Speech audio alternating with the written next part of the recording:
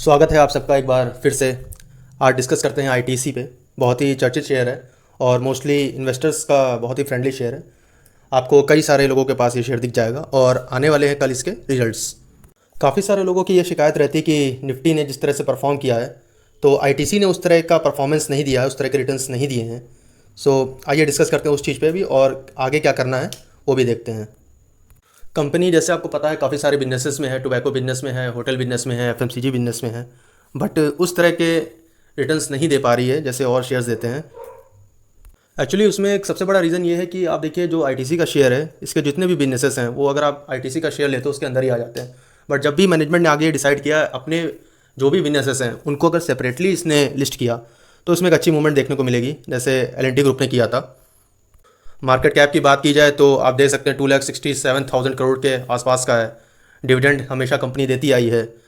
आप देख सकते हो इंडस्ट्री पी 17.29 का है और कंपनी का पी जो है 20.45 का, बुक वैल्यू 50.38 की है, ईपीएस आपका 10.59 का है। देखिए बेसिकली ये इन्वेस्टर फ्रेंडली इसलिए क्योंकि ये स्टॉक जो है बहुत ज़्यादा वॉलेटाइल नहीं रहता है और रेगुलर डिविडेंड देता आ रहा है। तो कई सारे इन्वेस्टर्स ऐसे होते हैं जिनको एफडी के रिटर्न्स बीट करने होते हैं या उनसे ज़्यादा उनको रिटर्न्स मिल रहे हैं, तो इसमें एक आईटीसी एक अच्छा ऑप्शन है। आप देख सकते हो हमेशा से कंपनी जो है अच्छे खासे डिविडेंड देती आई है।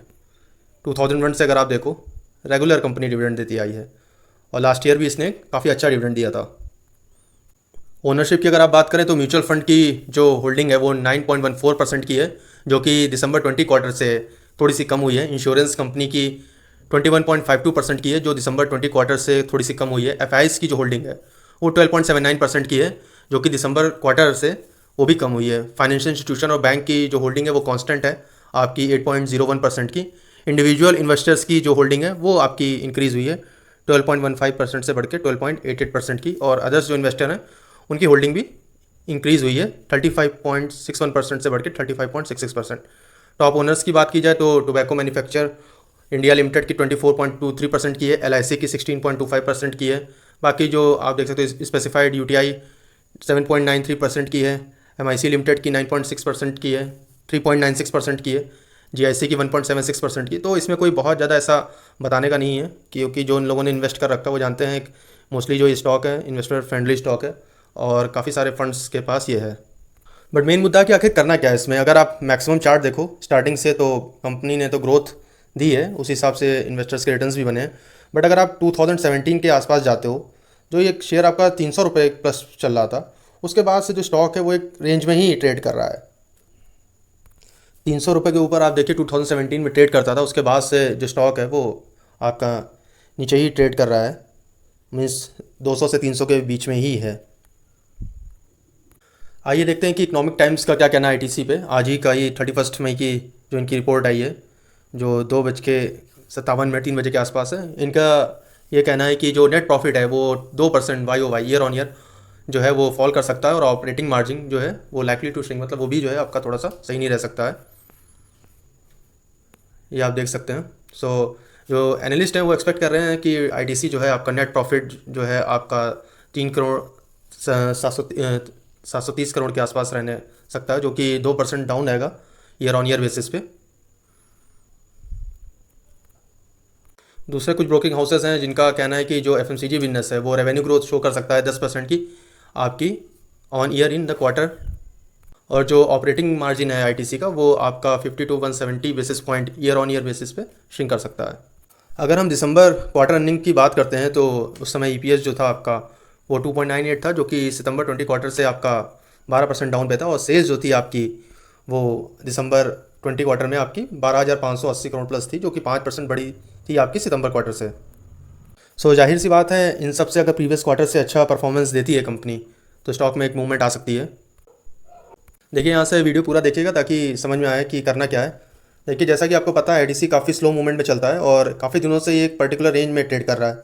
200 रुपये के आसपास जाता है, वहाँ से एक अप मूव लेता है, 216 के पास में रेजिस्टेंस फेस करता है, फिर ये 200 रुपये के आसपास आता है, वहाँ से एक अप मूव लेते हुए आपका फिर ये 200 रुपये के आसपास जाता है। बेसिक जो इसका रेजिस्टेंस आ रहा है वो 220 रुपये के आसपास का आ रहा है, और जैसे ही ये इसको तोड़ के टिकता है तो अगला रेजिस्टेंस इसका जो है आपका 226 के आसपास का है, और जो मेन रेजिस्टेंस है इसका वो आपका 230 रुपये के आसपास का। तो इसमें देखिए कोई भी अगर नए इन्वेस्टर आ रहे हैं तो उनको या तो डिप का इंतजार करना है या 230 रुपये के लेवल्स अगर तोड़ के टिकता है तब उसमें एंट्री बना सकते हैं। 52 वीक लो भी आप देखोगे तो 163.35 का है और 52 वीक हाई जो है आपका 239.20 का। मीन्स वही है कि 230 रुपये के आसपास ये नहीं टिक पाता है, वहाँ से इसमें सेलिंग आने लगती है। सो देखिए, जिसको ट्रेडिंग पॉइंट ऑफ व्यू से लेना है वो 200 रुपये के आसपास का वेट कर सकता है, या एटलीस्ट 220 रुपये सस्टेन होते हैं तो वहाँ से पोजीशन बना सकता है 230 रुपये के टारगेट के लिए।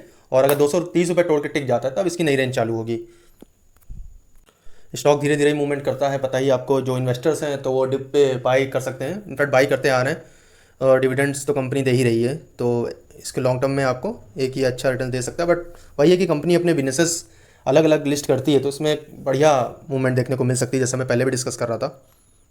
काफ़ी लोग ये भी कहते हैं कि 300 रुपये जो इसके 2017 तरह के लेवल थे 300 रुपये प्लस के, वो कब आ सकते हैं। तो देखिए उसको लिए तो इसको 230 रुपये के लेवल्स जो है 240 रुपये के लेवल्स उसको तोड़ के सस्टेन करना ही पड़ेगा, मतलब उसके ऊपर बना रहे ये, तब वो लेवल्स हमें देखने को मिल सकते हैं। बट आपको इसमें सचेत भी रहना है, अगर जो ये लेवल्स मैंने बताए हैं 220 रुपये के और 230 रुपये के आसपास के, अगर वो सस्टेन नहीं हो सकते तो वहाँ से स्टॉक नीचे भी आ सकता है। तो जिनकी पहले पोजीशन बनी है वो अपने लेवल्स के अकॉर्डिंग प्रॉफिट बुक कर सकते हैं, क्योंकि इसमें देखिए बहुत सारे जो ट्रेडर्स हैं इसमें ऑप्शन राइटिंग के थ्रू प्रीमियम ईट करके भी पैसा बढ़िया बनाते हैं, या जब स्टॉक ऊपर चला जाता है चूँकि मूवमेंट ज़्यादा नहीं रहती तो इसमें सेलिंग भी आ जाती है। तो इस चीज़ का आपको खासकर ध्यान रखना है। देखिए, जो हमारे डेरिवेटिव्स में फ्रेंड हैं वो जानते हैं कि राइटिंग के लिए इस टाइप के स्टॉक्स अच्छे रहते हैं जो बहुत ज़्यादा मूवमेंट नहीं देते हैं और उसमें प्रीमियम बहुत तेज़ी से श्रिंक होता है। अब 230 रुपये की जो आप कॉल है वो आप देख सकते हो, जो इस मंथ की एक्सपायरी है वो 3 रुपये 20 पैसे पे क्लोज हुई है। मार्केट लॉट आपकी जो है 3200 की है। मीन्स अगर वो 230 रुपये पे नहीं सस्टेन होता है तो मंथ लास्ट तक ये कॉल जो है ज़ीरो होनी है, और इस पर एक लॉट पे कम से कम जो है 10,000 रुपये, अगर 3 रुपये 20 पैसे के आसपास बेचते हैं तो कम से कम 10,000 रुपये एक लॉट पे मिल जाएंगे। वहीं नीचे की तरफ की बात करें, अगर 200 रुपये नहीं तोड़ता है तो अभी जो पुट है वो क्लोज हुई है 1.75 के आसपास की। सो इस पर ऑलमोस्ट जो है इसको कोई राइट करता है तो 5600 रुपये एक लॉट के आसपास मिल जाएगा। बट ये प्योरली जो डेरिवेटिव ट्रेडिंग करते आ रहे हैं जिनको ऑप्शन राइटिंग का आइडिया है उनके लिए है। कभी कोई भी जो रिटेल इन्वेस्टर्स हैं या जो नए नए लोग अभी मार्केट में एंट्री लिए कैश में काम करते हैं उसको बिल्कुल भी ये चीज़ें नहीं करनी है। राइटिंग में एक तो मार्जिन भी काफ़ी ज़्यादा लगता है, और ऑप्शन में अगर देखिए चीज़ें आपके अकॉर्डिंग हो गई तो आप बाय करके चल सकते हो, बट उसमें भी आपको सही लेवल पे निकलना भी ज़रूरी रहता है। तो आप शेयर्स बाय करके ही करें कैश के रूप में, वो ज़्यादा अच्छा है। सो इसमें आपको यही करना है कि 220 रुपये अगर सस्टेन होता है तो 227-230 रुपये के आसपास तक का वेट करना है। अगर 230 रुपये तोड़ के टिकता है तो नई मूवमेंट स्टार्ट होगी, अदरवाइज़ वहाँ से रेजिस्टेंस फेस करता है तो वहाँ से नीचे आ सकता है। तो जिनका प्रॉफिट पहले से जिन्होंने पहले से पोजीशन ले रखी है वो अपना प्रॉफिट बुक करना ना भूलें, या 200 रुपये के आसपास का वेट करें। तो अगर आपको ये वीडियो पसंद आया हो तो लाइक करिएगा और सब्सक्राइब भी कर दीजिएगा आप, और दूसरे लोगों से शेयर भी कर दीजिएगा